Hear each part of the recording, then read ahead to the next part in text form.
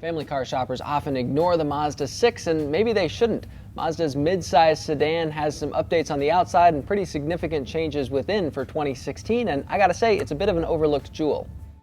Now, Mazda says it's updated the grille of the 2016 Mazda 6 with a little bit more of a three-dimensional design here, but I gotta say, kind of hard to really see the differences there. The bigger change occurs in these fog lights, which have new shapes and sort of these chrome runners that curl around them. The headlights also different. You might have seen this theme on the redesigned Mazda 3, these sort of LEDs that curl around the bottom side of the headlights and shoot off along the car's shoulder lines. I will say, though, a lot of these changes apply only to the Mazda 6 Grand Touring, the top of 3 available trims.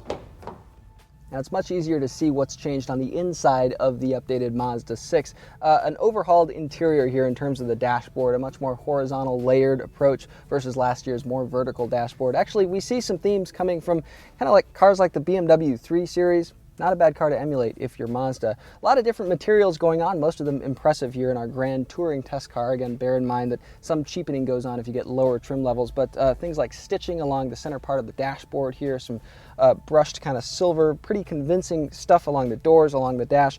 Very generous padding here down the center tunnel, very rare among family cars actually to have something like this. And some nice premium touches. Good to see things like fabric down the A-pillars, one-touch power windows all the way around, not just up front. Height adjustable power passenger seat. Those are typically things in a luxury or premium car. Nice to see Mazda put them into a family sedan. Now, most trims get a Mazda Connect multimedia system. That puts a 7-inch screen up here. It's a touch screen. You can also work it through this new knob controller down here with some shortcut buttons around. Pretty straightforward, easy to use, but we do wish that some of the touchscreen functions didn't lock out as soon as you're driving. Once the car is moving, Mazda makes you just kind of do most of it with this knob. If you don't like using that, too bad. Now, Mazda's direct injection 4-cylinder engine isn't going to fool anybody for a V6, but it's pretty capable for what it is. With our test car's 6-speed automatic transmission, pretty short first gear, smooth upshifts give the car a nice, even, quick off-the-line feeling, and good strong revving through kind of those mid-range RPMs. Finally, the transmission itself willing to kick down to lower gears whenever you need to without a lot of lag, a lot of delay, so a pretty good matchup there.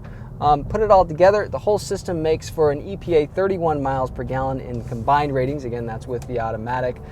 You can get a very sophisticated braking regeneration system that actually increases it up to 32 miles per gallon EPA combined. Again, those are excellent ratings for this segment, but that's part of an options package on the Grand Touring car that actually ends up running more than $2,000. So I gotta say 31 miles per gallon sounds pretty good. Now, in terms of ride and handling, our test car's 19-inch wheels do give a little bit of a degree of busyness on the highway, and that combines also with the Mazda 6's still fairly significant road and wind noise for a family sedan, but overall, still a pretty livable ride situation, especially when there's a big handling payoff. The Mazda 6 continues to be one of the more fun to drive cars in this segment. You fling it around, there's not too much body lean, the steering is fairly direct, and the car has decent overall chassis balance. So the Mazda 6 has a lot of things going for it. One thing it doesn't, though, is variations of the car. Mazda only offers the 6 as a 4-cylinder sedan, unlike a lot of its competitors. But if you're looking for just that, I gotta say there's a lot of reasons you should put Mazda on your list.